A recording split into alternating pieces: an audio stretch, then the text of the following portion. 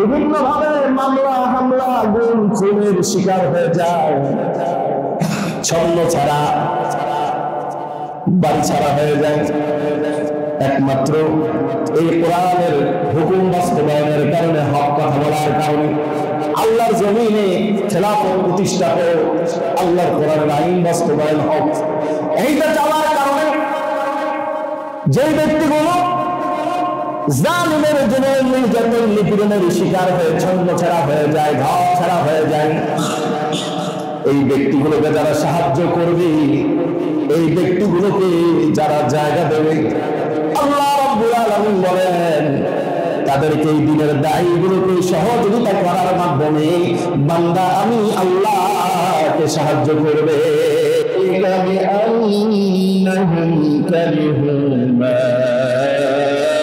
أنزل الله فأحبط أعمالهم أفلم يسيروا في الأرض فينظروا كيف كان عاقبة الذين من قبلهم دمر الله عليهم وللكافرين أمثالها ذلك بأن الله مولى الذين آمنوا وأن الكافرين لا مولى لهم وقال تعالى الذين آمنوا وهاجروا وجاهدوا في سبيل الله بأموالهم وأنفسهم أعظم درجة عند الله وأولئك هم الفائزون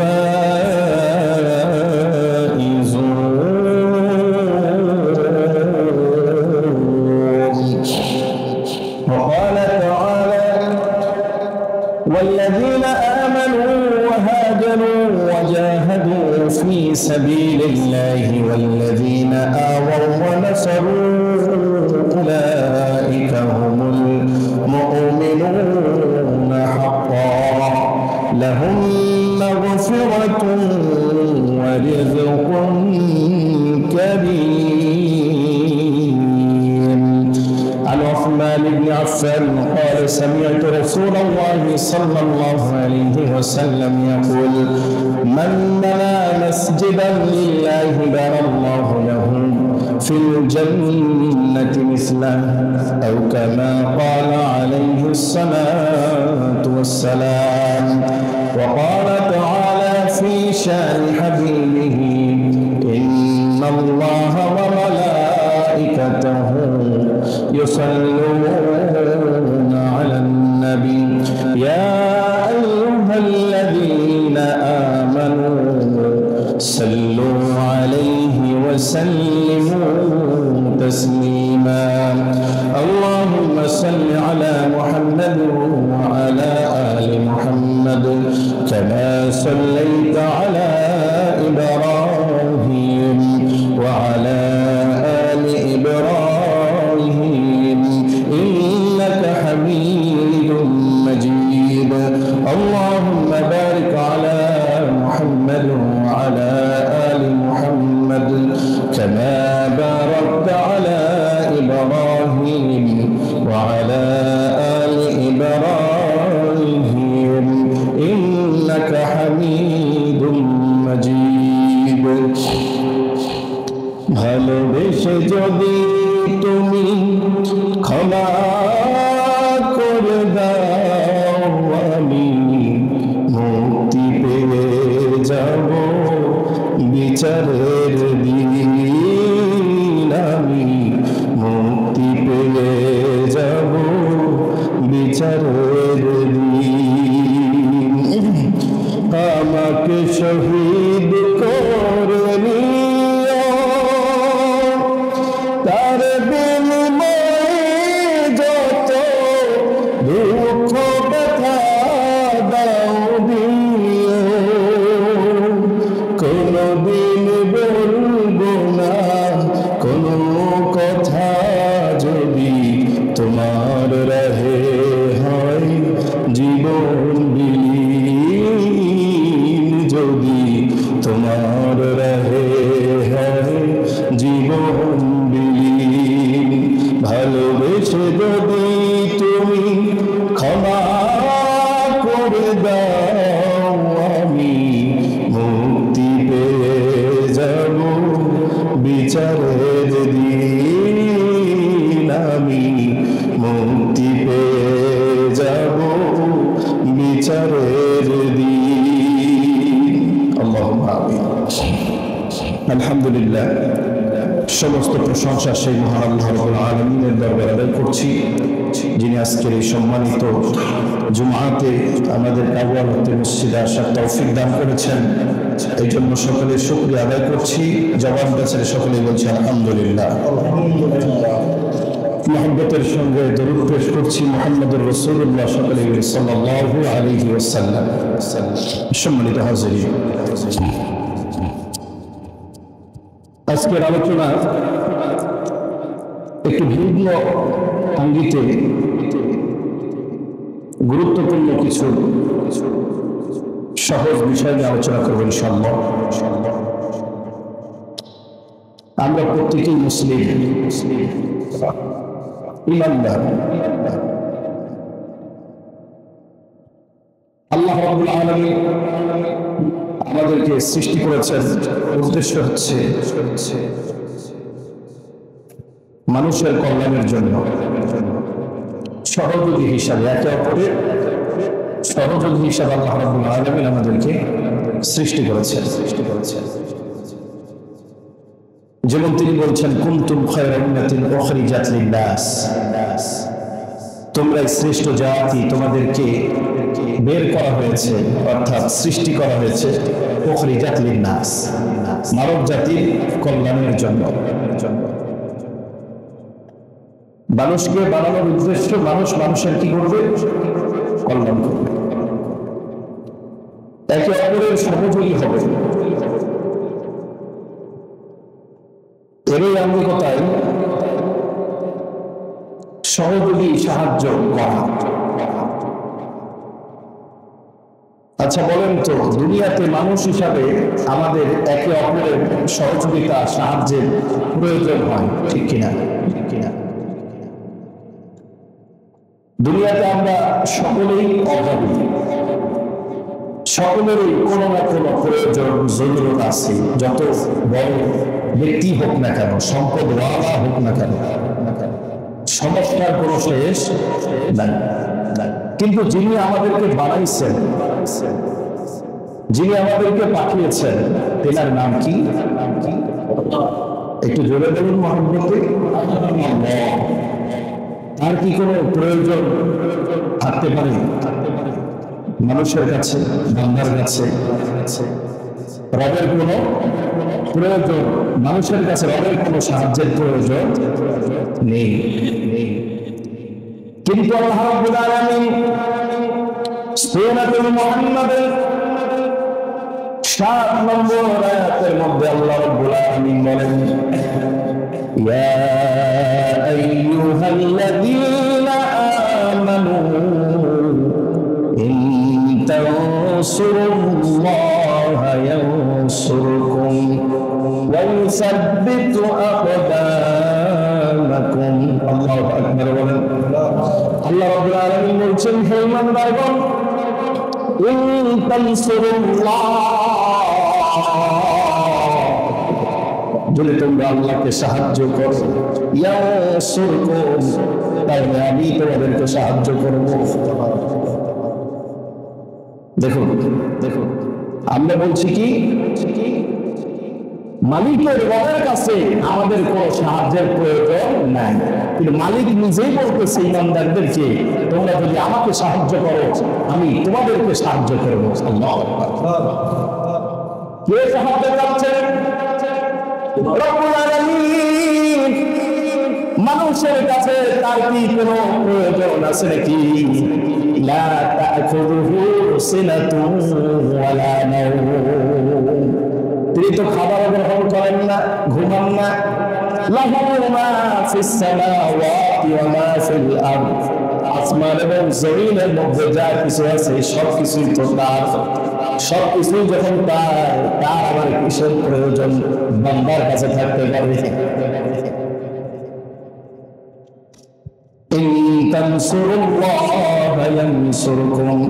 যদি তোমরা আমাকে সাহায্য করো, আমি আল্লাহ রাব্বুল আলামিন তোমাদেরকে সাহায্য করব। শুধু সাহায্য করব না, এবং আমি তোমাদের পদবায়গুলিকে মজবুত রাখবো। অর্থাৎ দুনিয়ার পথে চলার পথে, দুনিয়ার জীবনে তোমাদের যতই বাধা আছে, যত বিপত্তি আছে, যত প্রয়োজন আছে, মুসিবত আছে, সব মুসিবত বাধা বিপত্তির মধ্য দিয়ে আমি তোমাদেরকে সহজভাবে জীবনযাপন করার ব্যবস্থা করে দেব।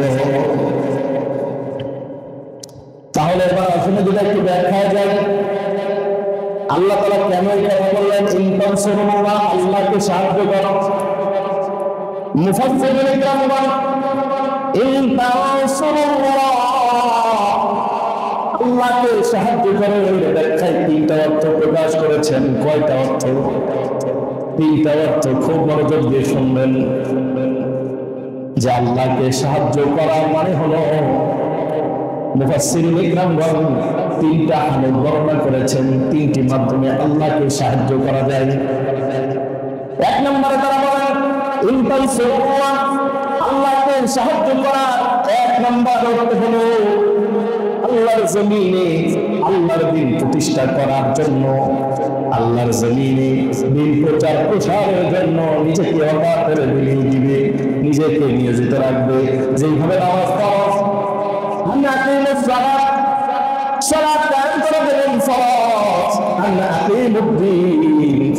তেমনি ভাবে আল্লাহর জমিনে আল্লাহর দ্বীন কোরআনের আইন বাস্তবায়ন করাও হলো ফরজ। ঠিক কিনা? আমাদের সমাজের মধ্যে অনেক মুসলমান নামধারী মুনাফিক আছে, যারা বলে নামাজ ভালোবাসে, নামাজ পড়ে, রোজা রাখে, দান করে, সদকা করে, যাকাতও দেয়, কিন্তু ইসলামী রাষ্ট্র কায়েম হোক এটা তারা চায় না। ঠিক কিনা? এটা তারা ইসলামী রাষ্ট্র কায়েম হোক এটা তারা পছন্দ করে না। আল্লাহ রাব্বুল আলামিন বললেন ইনতানসুরুল্লাহ, আল্লাহকে সাহায্য করা এক নাম্বার অর্থ হলো আল্লাহর জমিনে আল্লাহর দ্বীনকে প্রচার প্রসারের জন্য যারা নিজেদেরকে বিলিয়ে দেবে, এই ব্যক্তিগুলো আল্লাহকে সাহায্য করলো আল্লাহর দ্বীন প্রচার প্রসারের মাধ্যমে। দুই নম্বর, ইনতানসুরুল্লাহ, আল্লাহকে সাহায্য করার দুই নম্বর অর্থ হলো যে ব্যক্তিগুলো আল্লাহর জমিনে আল্লাহর দ্বীন প্রচার প্রসারের জন্য, তাবলীগের জন্য, প্রচারের জন্য, কালিমাকে প্রচারের জন্য যে সকল ব্যক্তিগুলো কাজ করে, শ্রম দেয়, সময় দেয়, এই ব্যক্তিগুলোকে সাহায্য সহযোগিতা করবে। এক নম্বর, নিজেকে দ্বীন প্রচারের কাজে অকাতরে কি করবে? মিলিয়ে দেবে। দুই নম্বর, যারা কাজ করবে দ্বীন প্রতিষ্ঠার কাজে যারা নিয়োজিত থাকবে, দ্বীন প্রচার প্রসারের কাজে, কোরআনের আইন বাস্তবায়নের কাজে, কোরআনের বাণীগুলো মানুষের কাছে পৌঁছে দেওয়ার কাজে যারা নিয়োজিত থাকবে, এদেরকে সর্বদিক থেকে সহযোগিতা করবে। তিন নম্বর, সমাজের মধ্যে যে সকল দ্বীন প্রচার প্রসার, দ্বীন প্রচারের যে প্রতিষ্ঠানগুলি আছে, দ্বীনের দায়ী তৈরির যে কারখানাগুলি, মক্তব মাদ্রাসাগুলি আছে, দ্বীন প্রচারের জন্য দ্বীনি মজলিস খানকাগুলো, যেগুলো মসজিদ মাদ্রাসাগুলো আছে, এই মসজিদ মাদ্রাসা নির্মাণের জন্য শ্রম দিবে, অর্থ দিবে, সময় দিবে। আল্লাহু আকবার বলেন না? অর্থাৎ ইনতানসুরুল্লাহ, এক নাম্বার আল্লাহর জমিনে আল্লাহর দ্বীন প্রতিষ্ঠার জন্য নিজেকে বিলিয়ে দেবে। দুই নাম্বার, যারা নিজেদেরকে বিলিয়ে দেবে তাদেরকে সার্বিকভাবে সহযোগিতা করবে। তিন নাম্বার, দ্বীন প্রচারের যে দুর্গগুলি আছে, প্রতিষ্ঠানগুলি আছে, মাদ্রাসা মসজিদগুলোর মধ্যে দান সৎকার করে প্রতিষ্ঠানগুলোকে দাঁড় করাবে। তাহলে এবার আসুন লাভ কি হবে? আল্লাহ রাব্বুল আলামিনকে যারা দিন প্রচারের কাজে সাহায্য করবে, যেই ব্যক্তিগুলো নিজেদেরকে দিন প্রচারের কাজে নিজেদেরকে আপাত করে আল্লাহ রাব্বুল আলামিনের রাহে বিলিয়ে দেবে, আল্লাহ রাব্বুল আলামিন তাদের সামনে আয়াত নাযিল করে জানায়া দেন, الذين آمنوا وهاجروا وجاهدوا في سبيل الله بأموالهم وأنفسهم أعظم درجة عند الله الله أكبر এই যে আল্লাহ তাআলা বললেন যারা আল্লাহর জমিনে আল্লাহর দ্বীন প্রতিষ্ঠার জন্য নিজেকে কি করবে বিলিয়ে দেবে, আল্লাহ রাব্বুল আলামিন তাদের জন্য সুসংবাদ নাযিল করেছেন।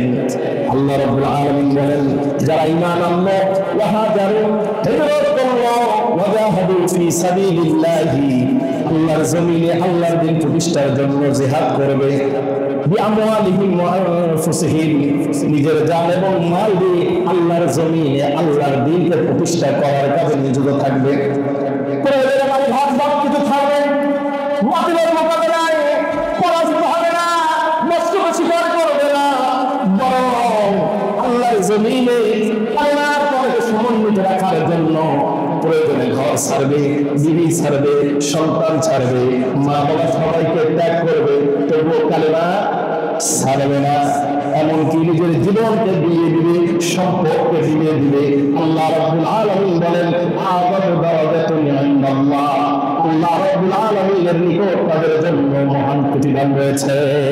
সুবহানাল্লাহ। ওয়া উলাইকা হুমুল ফাইজুন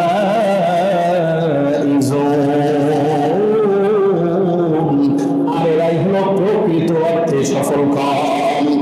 এরপর আল্লাহ রাব্বুল আলামিন তাদের সুসংবাদ বলছেন ইউবাশশিরুহুম রাব্বুহুম বিরাহমাতিন মিনহু ওয়া রিদওয়ানুন ওয়া জান্নাতুন লাহুম ফীহা নাঈমুন মুকিম। আল্লাহু আকবার। আল্লাহ বলেন ইউবাশশিরুহুম তাদের জন্য সুসংবাদ, রাব্বুহুম তাদের রবের পক্ষ থেকে বিরাহমা, রহমত মানে দয়া, মূল্যবান রবের পক্ষ থেকে ওয়ারিদওয়ানুন এবং সন্তুষ্টি। আল্লাহু আকবার বলেন ওয়া জান্নাতিন ওয়া জান্নাতুল লাহুম এবং তাদের জন্য রয়েছে এমন জান্নাত ফিহা নাঈমুন মুকিম যেখানে তারা চিরস্থায়ী ভাবে থাকবে। খালিদিনা ফিহা আবাদা চিরস্থায়ী ভাবে সেখানে থাকবে, আর কোনোদিন ওই জান্নাত থেকে তাদেরকে বের করা হবে না। ইন্নাল্লাহা ইনদাহু আজরুন আযীম নিশ্চয় আল্লাহ রাব্বুল আলামিনের নিকট তাদের জন্য মহান প্রতিদান রয়েছে। সুবহানাল্লাহ।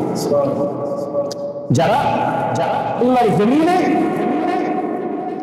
এই কোরআনের হুকুমকে বাস্তবায়ন করার জন্য, কোরআনের আইনকে প্রতিষ্ঠা করার জন্য প্রয়োজনে ঘর ছাড়বে, বাড়ি ছাড়বে, বিবি সন্তান সম্পদ সবকিছু কোরবানি করবে, এমনকি নিজের জীবনকে বিলিয়ে দিবে। আল্লাহ রাব্বুল আলামিন বলেন এরাই প্রকৃত সফল কাম। সুবহানাল্লাহ। ومن أحسن قولا ممن دعا إلى الله وعمل صالحا وقال إنني من المسلمين الله أكبر। ওই ব্যক্তির কথা চাইতে উত্তম কথা কার হতে পারে যে ব্যক্তি মানুষকে আল্লাহর দিকে ডাকে, কালেমার দিকে ডাকে, কোরআনের দিকে ডাকে, وعمل صالحا এবং নিজে আমল করে, وقال إنني من المسلمين এবং বলে একজন আমি নগণ্য নিছক মুসলিম। অহংকার করবে না, আমি অনেক বড় ভাই, আমি অনেক বড় বক্তা, আমি অনেক বড় পীর, আমার এত হাজার হাজার মুরিদ আছে, এরকম কোনো অহংকার করবে না, বরং বলবে আমি একজন নিতান্তই মুসলিম, আমার কোনো বরত্ব নাই, অহংকার নাই, আমার কোনো ক্রেডিট নাই। قال رسول الله صلى الله عليه وسلم بلغوا عني ولو آية বুখারী শরীফের 3461 নম্বর হাদিসের বর্ণনায় আল্লাহ রাসূল বলেন, বাল্লিগু আন্নী ওয়ালাউ আয়া, তোমরা যদি আমার পক্ষ থেকে একটি কথা বলে থাকো সেটা অন্যের কাছে পৌঁছায় দাও। তাহলে যে ব্যক্তি দিন প্রচারের জন্য এই কোরআনের হক কথাগুলি মানুষের কাছে পৌঁছায় দিবে, পৌঁছায় দেওয়ার মাধ্যমে এই কোরআনের হুকুমের প্রতি অটল অবিচল থাকার কারণে সেই ব্যক্তি স্বয়ং আল্লাহ রাব্বুল আলামিনকে কি করবে? সাহায্য করবে। 2 নম্বরে যারা এই ব্যক্তিগুলোকে সাহায্য করবে, অর্থাৎ যারা দিন প্রচারের কাজে নিয়োজিত হয়ে আছে, ঘর ছাড়া, বাড়ি ছাড়া, সন্তান হারা, এমনকি কালেমার দাওয়াত দিতে গিয়ে যারা বাতিলের রাস্তার শিকার হয়ে যায়, জুলুমের শিকার হয়ে যায়, বিভিন্ন ভাবে মামলা হামলা গুম খুনের শিকার হয়ে যায়, ছন্ন ছাড়া, বাড়ি ছাড়া হয়ে যায়, একমাত্র এই কোরআনের হুকুম বাস্তবায়নের কারণে, হক কথা বলার কারণে আল্লাহর জমিনে খেলাফত প্রতিষ্ঠা হোক, আল্লাহর কোরআনের আইন বাস্তবায়ন হোক। এইটা চাওয়ার কারণে যে ব্যক্তিগুলো জালিমের জুলুম নির্যাতন নিপীড়নের শিকার হয়ে ছন্ন ছাড়া হয়ে যায়, ঘর ছাড়া হয়ে যায়, এই ব্যক্তিগুলোকে যারা সাহায্য করবে, এই ব্যক্তিগুলোকে যারা জায়গা দেবে, আল্লাহ রাব্বুল আলামিন বলেন তাদেরকে এই দিনের দায়ীগুলোকে সহযোগিতা করার মাধ্যমে বান্দা আমি আল্লাহকে সাহায্য করবে। দলিল কি? সূরা আল-কালাম 54 নম্বর আয়াতের মধ্যে আল্লাহ রাব্বুল আলামিন বলেন, ওয়াল্লাযীনা আমানু ওয়া হাজারু ওয়া জাহাদু ফি সাবিলিল্লাহি ওয়াল্লাযীনা আওয়াউ ওয়া নাসারু উলাইকা হুমুল মুমিনুনা হাক্কান লাহুম মাগফিরাতুন ওয়া রিজকুন কারীম। আল্লাহু আকবার। আল্লাহ রাব্বুল আলামিন বলেন, ওয়াল্লাযীনা আমানু ওয়া হাজারু, আর যারা ঈমান আনার পরে হিজরত করেছে, ওয়া জাহাদু, জিহাদ করেছে, জালিমের সামনে এই কোরআনকে উঁচু করে ধরেছে, আর এই ধর্মে তাদের উপরে যখন জুলুম আসছে, আর এই জুলুম থেকে বাঁচার জন্য যখন তারা ঘর ছাড়া, বাড়ি ছাড়া হিজরত করছে, বাড়ি ঘর ছেড়ে ছন্ন ছাড়া হয়ে ঘুরে বেড়াচ্ছে, ওয়াল্লাযীনা আওয়াউ ওয়া নাসারু,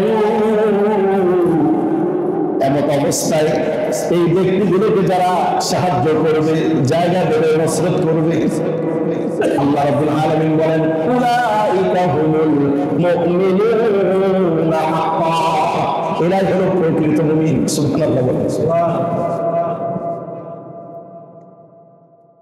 কোরআনের কথা বলার জন্য, হক কথা বলার জন্য জেল জুলুম মামলা হামলার ভয় না করে যারা ইস্তেকামত থাকবে,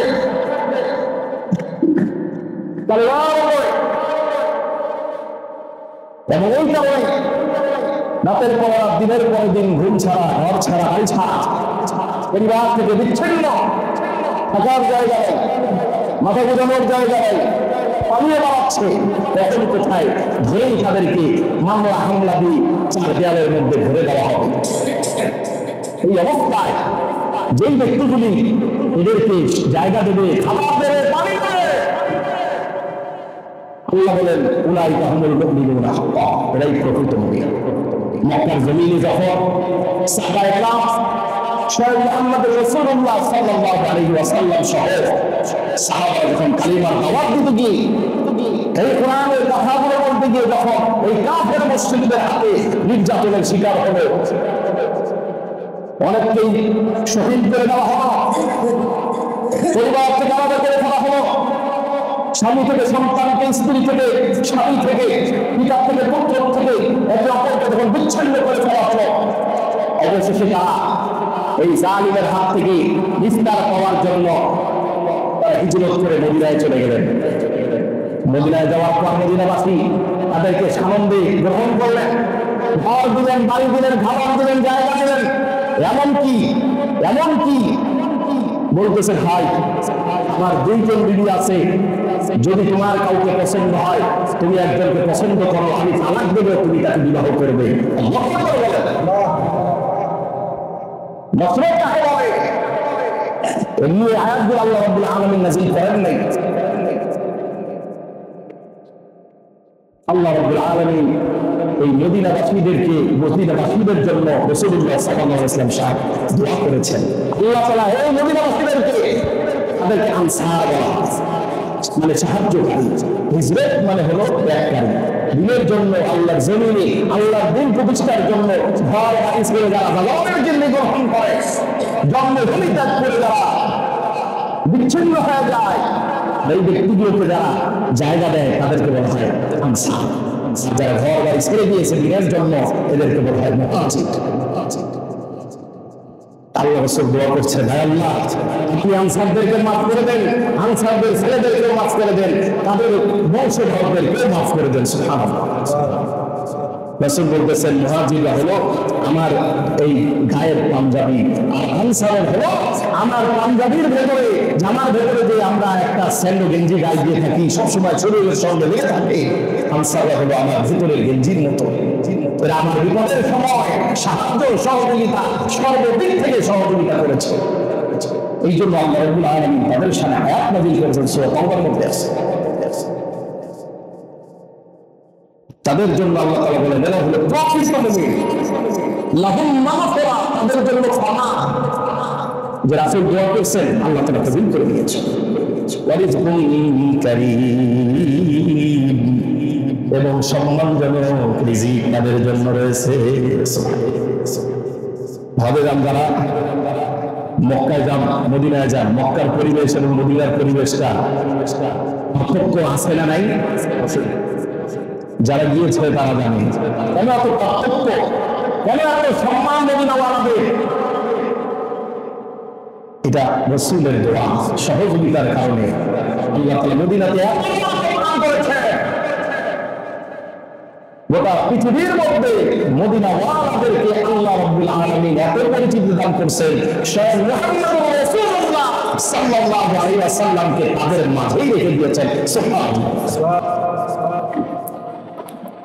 সুতরাং দায়ীদেরকে কালিমার দাওয়াত নিয়ে যারা কাজ করে, কালিমার বাণী নিয়ে যারা কাজ করে, তাদেরকে যারা সাহায্য সহযোগিতা করবে, আল্লাহ রাব্বুল আলামিন বলেন এরাও আমাকে সাহায্য করলো।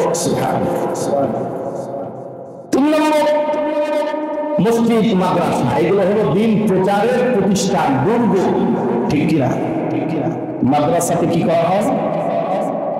দায়ী তৈরি করা হয়, কোরআন শিক্ষা দেওয়া হয়, আলেম বানানো হয়, যারা সেইখান থেকে বের হয়ে জমিনের মধ্যে এই কোরআনের হুকুমকে, কথাগুলোকে প্রচার প্রসার করবে। মসজিদে কি করা হয়? ওয়ান্নাল মাসাজিদা লিল্লাহি ফালা তাদউ মা'আল্লাহি আহাদা। মসজিদ হলো আল্লাহর ঘর, এখানে এক আল্লাহ ছাড়া কোনো তাগুতের কথা, বাতিলের কথা, জালেমের কথা এই মসজিদে বলার জায়গা নয়। ফালা তাদউ মা'আল্লাহি আহাদা, এক আল্লাহ ছাড়া এই জায়গায় আর কাউকে রাখা যাবে না। এই মসজিদে, এই মেম্বার থেকে শুধু আমার প্রশংসা হবে, কোনো সালিমের প্রশংসা নয়। ঠিক কিনা? সুতরাং এই মসজিদ, এটা হলো ইসলামের দুর্গ। এই মেম্বার থেকে রাষ্ট্র পরিচালনা হবে, এই মেম্বার থেকে বিচার কার্য হবে, এই মেম্বার থেকে সবকিছু পরিচালনা হবে। আল্লাহ নবী মেম্বারে বসেই এই মসজিদ থেকেই রাষ্ট্র পরিচালনা করেছেন, বিশ্ব শাসন করেছেন। এটা আল্লাহর ঘর, এই ঘর থেকেই আল্লাহর কাজে, আল্লাহর কোরআনের বাণীগুলো, হুকুমগুলো সমাজের মধ্যে প্রতিষ্ঠা হবে। ঠিক কিনা? সুতরাং এই জায়গাগুলোতে শ্রম দিবস দিবে, তারাও আল্লাহ রাব্বুল আলামিনকে সাহায্য করে। মুসলিম শরীফের মধ্যে রাসূলুল্লাহ সাল্লাল্লাহু আলাইহি ওয়াসাল্লামের হাদিস নকল করা হয়েছে। আল্লাহ রাসূল বলেন, মান বানা লিল্লাহি মসজিদান, যে ব্যক্তি আল্লাহর জন্য মসজিদ নির্মাণ করে, মান বানা লিল্লাহি মসজিদান, যে ব্যক্তি আল্লাহর জন্য মসজিদ নির্মাণ করে, বানাল্লাহু লাহু বাইতান ফিল জান্নাহ, আল্লাহ রাব্বুল আলামিন জান্নাতে তার জন্য অনুরূপ একটা ঘর নির্মাণ করে দেয়। আমরা মসজিদে দান করতে চাই না, আমরা মাদ্রাসায় দান করতে চাই না, আমরা গান বাজনায় দান করব, আমরা কনসার্ট যাত্রাপালায় দান করব, হারাম কাজে দান করব, ঠিক কিনা? মসজিদে তারা মসজিদ নির্মাণের জন্য, মাদ্রাসা নির্মাণের জন্য দুর্গগুলোতে যারা শ্রম দিবে, অর্থ দিবে, সময় দিবে, আল্লাহ রাব্বুল আলামিন বলেন এরা আমাকে সাহায্য করবে। আমাকে যারা সাহায্য করবে আমি আল্লাহ রাব্বুল আলামিন আমি তাদের পাগুলোকে মজবুত করব, আমি তাদেরকে সাহায্য করব। কোন বাতিল, কোন জালেম তাদের কোনো ক্ষতি করতে পারবে না, কোন তাগুতি শক্তি তাদের উপরে ছায়াও করতে পারবে না। আমি আল্লাহ রাব্বুল আলামিন আমার কুদরতের মাধ্যমে তাদেরকে হেফাজত করব। সুবহানাল্লাহ, সুবহানাল্লাহ। আর যারা এরপরে সমাজের মধ্যে, দুনিয়ার মধ্যে দল হলো দুইটা, একটা হলো হিজবুল্লাহ আর একটা হলো হিজবুশ শয়তান, একটা হলো আল্লাহর দল আর একটা হলো শয়তানের দল। আল্লাহর দল যারা তারা চাইবে আল্লাহর জমিনে আল্লাহর দ্বীন প্রতিষ্ঠা করার জন্য, আর তাগুতি শক্তি যারা, তাগুতের দল যারা, শয়তানের দল যারা, তারা চাইবে সমাজ থেকে কিভাবে কোরআনের হুকুম উঠিয়ে দেওয়া যায়, মাদ্রাসাগুলোকে জঙ্গি আখ্যা দিয়ে কিভাবে বন্ধ করে দেওয়া যায়, মসজিদগুলো কিভাবে বন্ধ করে দেওয়া যায়, আল্লাহর জমিনে কিভাবে আল্লাহর দ্বীন প্রতিষ্ঠা না হয় সেই কাজেই তারা সর্বদা নিয়োজিত থাকবে। আর যারা অস্বীকার করে আল্লাহর দ্বীনের সাহায্যের বিরুদ্ধে অবস্থান করবে, আল্লাহ রাব্বুল আলামিন তাদের জন্য দুঃসংবাদ দিয়েছেন, ওয়াল্লাযীনা কাফারু ফাতাসাল লাহুম ওয়া আযাল্লা আমালাহুম। নাউযুবিল্লাহ। আল্লাহ বলেন আর যারা কুফরি করবে, এর বিরুদ্ধে অবস্থান করবে, এটা মুমিনের অবস্থা। আল্লাহ দ্বীনের প্রচার প্রসারে যারা সহযোগিতা করে তারা হলো মুমিন বান্দা। আর এর বিরুদ্ধে যে অবস্থান করবে, তাগুতের সঙ্গে যারা দেবে, তাগুতি শক্তির সঙ্গে যারা কাজ করবে, আল্লাহর জমিন থেকে আল্লাহর দ্বীনকে মিটায় দেওয়ার জন্য যারা প্ররোচনা চালাবে, আল্লাহ তাআলা বলেন ফাতাসাল লাহুম, তারা ধ্বংস হয়ে গেছে, ধ্বংস হয়ে গেছে। فأحبط أعمالهم, তাদের আমলগুলো ধ্বংস হয়ে গেছে, তাদের কোন কাজ নাম নিশানাও এই জমিনে আল্লাহ তারা রাখবেন না। ذلك بأنهم كرهوا ما أنزل الله, এটার জন্য যে আমি আল্লাহ রাব্বুল আলামিন যে বিধান দান করেছি, এই কোরআনের বিধানটা তারা পছন্দ করে না। সুদের বিরুদ্ধে বয়ান করে হুজুর ভালো লাগে না, ঘুষের বিরুদ্ধে বয়ান করলে হুজুর ভালো লাগে না, মদের বিরুদ্ধে কথা বললে হুজুর ভালো লাগে না, ভাববেন এটা ভালো লাগে না। আল্লাহ বলেন আমার এই বিধানগুলো যাদের ভালো লাগে না তাদের ধ্বংস, সব কিছু ধ্বংস। فأحبط أعمالهم, তারা দুনিয়ার মধ্যে যত আমল করবে সব আমলগুলো ধ্বংস হয়ে যাবে। নাউযুবিল্লাহ বলেন। ভালো আমল কিভাবে ধ্বংস হয়? কোরআনের বিরুদ্ধে, আল্লাহর বিরুদ্ধে অবস্থান নিলে তার দৃষ্টান্ত, চারটি দৃষ্টান্ত আপনাদের সামনে একটা পেশ করতে চাই কোরআনুল কারীম থেকে। এই যে আল্লাহ তাআলা বললেন যে ফাআহবাতা আমালাহুম, তাদের আমল, নেক আমল ধ্বংস হয়ে যায়। তো কোরআনের মধ্যে আল্লাহ তাআলা বলতেছেন যে আল্লাহ তাআলা বান্দার কোনো নেক আমল ধ্বংস করেন না, বরবাদ করেন না। আল্লাহ তাআলা নিজেই বলছেন ফাআহবাতা আমালাহুম, আমি তাদের সব আমলকে বরবাদ করে দেব। সূরা আল-ফাতিহার 175 নম্বর আয়াতটা একটু তাফসীর করে দেখবেন। নেক আমল, ভালো আমল, মর্যাদা কিভাবে নষ্ট হয়ে যায়, ধ্বংস হয়ে যায়। বালাম ইবনে বাউরা নাম শুনছেন? বালাম ইবনে বাউরা একজন বনি ইসরাইলের একজন অনেক বড় আলেম ছিলেন, অনেক বড় আলেম ছিলেন, সিদ্ধ পুরুষ ছিলেন। এমনকি তিনি ছিলেন একজন মুস্তাজাবুদ দাওয়াত, যিনি ইসমে আযম জানতেন। ইসমে আযম এমন একটা আল্লাহর দেওয়া ইলমে লাদুন্নি, যেই দোয়া করবে সেই দোয়াই আল্লাহ কবুল করবে। সুবহানাল্লাহ। এমন একজন ব্যক্তি, তার নাম হলো বালাম ইবনে বাউরা। কি নাম? এই নামটা মুখস্থ রাখবেন। দৃষ্টান্ত আল্লাহ তাআলা পেশ করছেন আমল কিভাবে ধ্বংস হয়। বালাম ইবনে বাউরা বনি ইসরাইলের একজন মুসা আলাইহিস সালামের জামানার একজন আবেদ ব্যক্তি। এই বালাম ইবনে বাওরা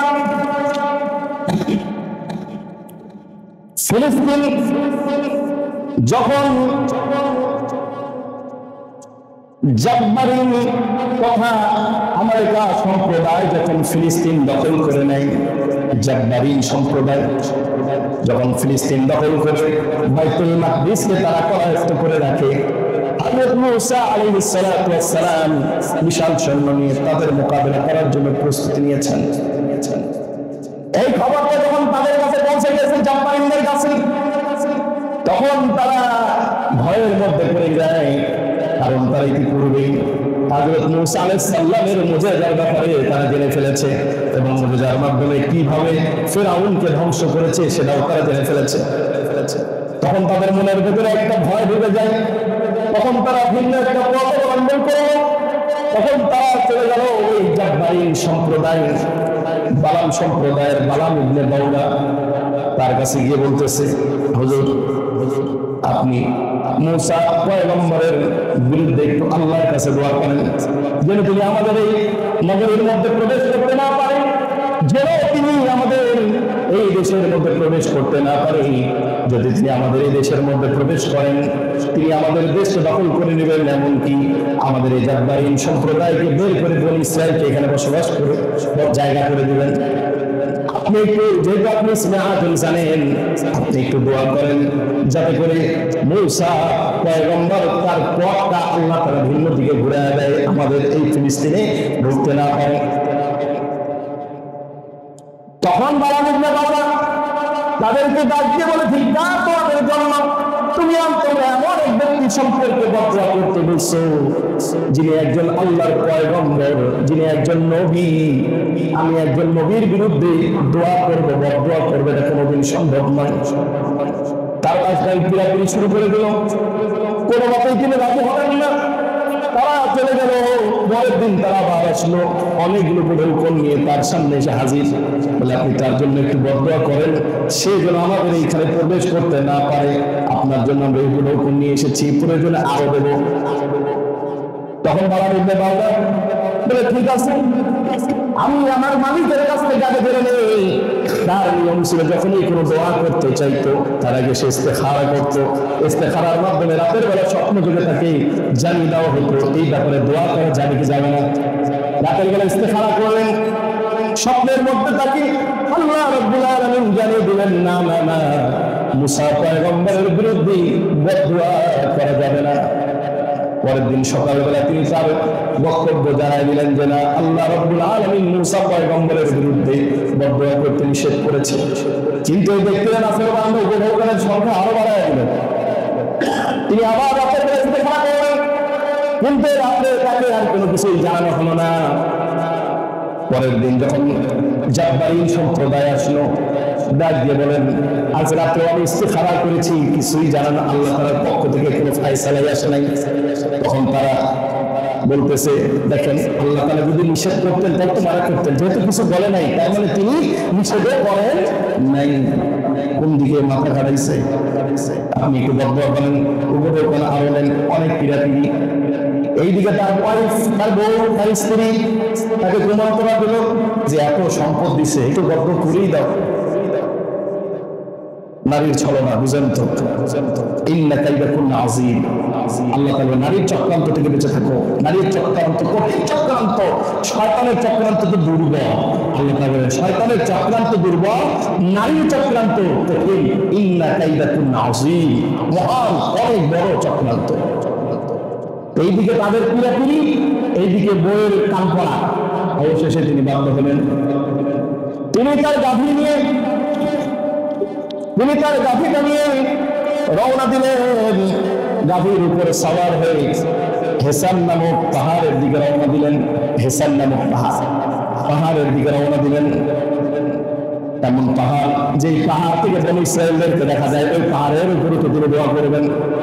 তার গাভীর পিঠে চড়ে যিনি যাচ্ছেন, হঠাৎ করে রাস্তায় গাভীটা পড়ে গেছে, পটক খেয়ে পড়ে যায়। বালাম ইবনে বাওরা গাভীর পিঠ থেকে নেমে গাভীকে প্রহার শুরু করে দিল। গাভীটা উঠলো, তিনি আবার গাভীর পিঠে বসলেন, গাভী আবার চলতে শুরু করলো। কিছু দূর যাওয়ার পর আবার গাভীটা পড়ে গেল, আবার গাভীর পিঠ থেকে নেমে গাভীকে প্রহার করে আবার গাভীর পিঠে চলে আবার কিছু দূর গেলেন। এইভাবে কয়েকবার গাভী পরে মারে। অবশেষে শেষবার যখন গাভী পড়ে গেছে, গাভীকে আঘাত করতে যাবে, গাভীর জবান আল্লাহ রাব্বুল আলামিন খুলে দিলেন। গাভী ডাক দিয়ে বলে, ও বালাম ইবনে বাউরা, তুমি তো জানো না, তুমি তো দেখতে পাও না আমি কিভাবে সামনে আগাবো। আমার সামনে অসংখ্য ফেরেশতা দাঁড়িয়ে আছে। আল্লাহু আকবার। আমার মুখটাকে বারবার তারা ভিন্ন দিকে ঘুরায় দেয়। এই কথা বলার পর এতে ওই বালাম ইবনে বাউরার কোনো প্রতিক্রিয়া হলো না। অবশেষে ওই গাভীর পিঠে চড়ে ওই হিসাব নামক পাহাড়ের উপর উঠে গেল। পাহাড়ের উপর উঠে এখন সে বদয়া করতে গেছে। আল্লাহ তাআলার কি কুদরত! এইদিকে মূসা পয়গম্বরের কাছে খবর চলে গেছে, ওই বালাম ইবনে বাউরা মূসা পয়গম্বরের বিরুদ্ধে বদয়া করার জন্য পাহাড়ের উপর চলেছে। হযরত মূসা আলাইহিস সালাম আল্লাহ রাব্বুল আলামিনের কাছে ফরিয়াদ জানায়, মালিক, যেহেতু তুমি তাকে ইসমে আযম নাম করেছো, আমি তো পয়গম্বর, আপনার যখন কবুল হবে আমার দোয়া তো কবুল হবে। আমি তোমার কাছে ফরিয়াদ করলাম, ওই মুহূর্তেই যেন ওই বালাম ইবনে বাউরার যে ইসমে আযম তুমি যে ক্ষমতা দিয়েছো, সেই ক্ষমতা তার কাছ থেকে তুমি ছিনিয়ে নাও। আল্লাহ তাআলা সঙ্গে সঙ্গে বালাম ইবনে বাউরার কাছ থেকে তার যে ইসমে আযম, ইলমে নাবুবী আল্লাহ তাআলা দান করেছিলেন, এই ক্ষমতা তার কাছ থেকে ছিনিয়ে নিলেন। এবার সে দোয়া করতে গেছে। দোয়া করতে গিয়ে বনি ইসরাঈলের বিরুদ্ধে দোয়া করবে কি? সে দোয়া করতেছে তার জাব্বারিন সেই সম্প্রদায়ের বিরুদ্ধে। যাদের বিরুদ্ধে দোয়া করতে নিয়ে যাওয়া হলো, ঘুরিয়ে দোয়া করতেছে তাদের বিরুদ্ধে। আছে না এরকম? একদিন এক ভিডিও দেখছিলাম যে বঙ্গবন্ধুর পরিবারের জন্য দোয়া করতে নিয়ে যাওয়া হয়েছে হুজুরকে। তো হুজুর এখন দোয়া করতেছে, আল্লাহ বঙ্গবন্ধু সহ যারা তার পরিবারকে হত্যা করছে, তুমি তাদের সবাইকে জান্নাত দিয়ে দিও। আল্লাহ পারেন কি করেন না? এটা রাগ করেন না, বুঝানোর জন্য বললাম। তো তাকে নিয়ে গেছে মূসা পয়গম্বরের বিরুদ্ধে দোয়া করার জন্য, আর আল্লাহ তাআলা তার জবানকে ঘুরে দিয়েছে, সে দোয়া করতেছে ঘুরিয়ে তাদের জাব্বারিনদের বিরুদ্ধে। এবার তো তারা ক্ষিপ্ত, এই বালাম ইবনে বাউরা, আমরা তোমাকে নিয়ে আসলাম মূসা পয়গম্বরের বিরুদ্ধে দোয়া করার জন্য, তুমি আমাদের বিরুদ্ধে দোয়া করতেছে। বলে, দোয়া তো আমি করি না, আমার জবান আমি যা বলি তার উল্টা বলে। এই বলান কে? আল্লাহ রাব্বুল আলামিন। অনেক সময় মানুষের অবসরে জবান দিয়ে সত্য কথা বলতে চায় একটা, আল্লাহ বলেন আরেকটা। আছে না নাই? বালাম ইবনে বাউরা সে চলে গেল না। এমন যখন একটা পথ সে অনুসরণ করলো, তখন সে তাদেরকে বলতেছে, এই মূসা পয়গম্বরের বিরুদ্ধে যদি তোমরা যেতে চাও, এই কওমের ভেতরে জেনা ছাড়াই দিতে হবে। জেনা ছাড়াই দেওয়া হলো। জেনা ছাড়ানোর পর আল্লাহর পক্ষ থেকে এমন একটা মহামারী বনী ইসরাঈলের মধ্যে আসলো, এই একদিনে ৭৪,০০০ বনী ইসরাঈল মারা যায়। এরপর আল্লাহ রাব্বুল আলামিন ওই বালাম ইবনে বাউরাকে এমন আযাব দান করলেন, সূরা আরাফের ১৭৫ এবং ৭৬ নম্বর আয়াতের মধ্যে আল্লাহ রাব্বুল আলামিন বলছেন, وَاتْلُ عَلَيْهِمْ نَبَأَ الَّذِي آتَيْنَاهُ آيَاتِنَا فَانسَلَخَ مِنْهَا فَأَتْبَعَهُ الشَّيْطَانُ فَكَانَ مِنَ الْغَاوِينَ। হে নবী মুহাম্মদ সাল্লাল্লাহু আলাইহি ওয়াসাল্লাম, আপনি ওই বালাম ইবনে বাউরার ঘটনা তাদেরকে শোনায়া দেন, যাতে আমি আল্লাহ তাআলা আমার আয়াত দান করেছিলাম, ফানসালাখা, সে দুনিয়ার দিকে ঘুরে যায়, সে বিপদ দিকে চলে যায়। ফাতবাহু শাইতান, অথবা শয়তান তার পিছনে পড়ে গেল। ফাকানা মিনাল গাওয়িন, অবশেষে সে পথহারা হয়ে গেল, পথভ্রষ্ট হয়ে গেল। ওয়ালাউ শি'না লারাফা'নাহু বিহা ওয়ালাকিন্নাহু আখলাদা ইলাল আরদি ওয়াত্তাবা'a হাওয়াহু ফামাথালুহু কামাথালিল কালবি ইন তাহমিল আলাইহি ইয়ালহাস আও তাতরুকহু ইয়ালহাস যালিকা মাথালুল কওমিল্লাযীনা কাযযাবু বিআয়াতিনা ফাকসুসিল কসাস লাআল্লাহুম ইয়াতাফাক্কারুন। অবশেষে তার পরিণতি কি হয়েছিল? আমি চাইলে আমার আয়াতের দ্বারা তাকে এমন মর্যাদা দান করতে পারতাম, কিন্তু সে দুনিয়ামুখী হয়ে যাওয়ার কারণে আমি আল্লাহ রাব্বুল আলামিন তাকে তার পক্ষে তার কাছ থেকে আমি সেই ইলমকে ছিনিয়ে নিলাম। তা অবস্থা এমন হয়ে গেল কামাসালিল কালবি কামাসালিল কালবি কুকুরের মতো ইন তাহমিল আলাইহি ইয়ালহাস আও তাতরুকু ইয়ালহাস। এমন কুকুর যে কুকুরকে তারা করলে জিহ্বা বের করে দিয়ে শুধু হাঁপায়, তারা না করলেও তার উপর আক্রমণ না করলেও সে হাঁপায়। তার অবস্থা এমন হলো এই কুকুরের মতন তার জিহ্বা এরকম ঝুলে গেল, কুকুরের মতন হাঁপাইতে হাঁপাইতে অবশেষে এই করুণ পরিস্থিতির মধ্যে দিয়ে তার মৃত্যু হয়ে যায়। আল্লাহ তাআলা এই দৃষ্টান্ত দিয়ে বলেন, এই দৃষ্টান্তকে তাদেরকে শিক্ষা দিতে বলেন, যারা আমার বিনার বিরুদ্ধে, আমার দেওয়া কোরআনকে, কোরআনের বিরুদ্ধে যে অবস্থান করে, এত বড় সম্মানী ব্যক্তি কিভাবে অসম্মানী হয়ে গেল, বিখ্যাত ব্যক্তি কিভাবে বিখ্যাত পরিণত হয়ে শেষ পরিণতি জাহান্নাম হয়, এই দৃষ্টান্ত তাদের জন্য আল্লাহ রাব্বুল আলামিন সেট করে রেখেছেন। আল্লাহ রাব্বুল আলামিন আমাদের সবাইকে এই আয়াতগুলো থেকে আল্লাহর কোরআনের পক্ষে অবস্থান নেওয়া এবং দিন প্রচার প্রসারের কাজে আমাদের সকলকে সহযোগী হওয়ার তৌফিক দান করুন। আমরা সকলে বলি আমিন। ওয়া আখিরু দাওয়ানা আলহামদুলিল্লাহি রাব্বিল আলামিন।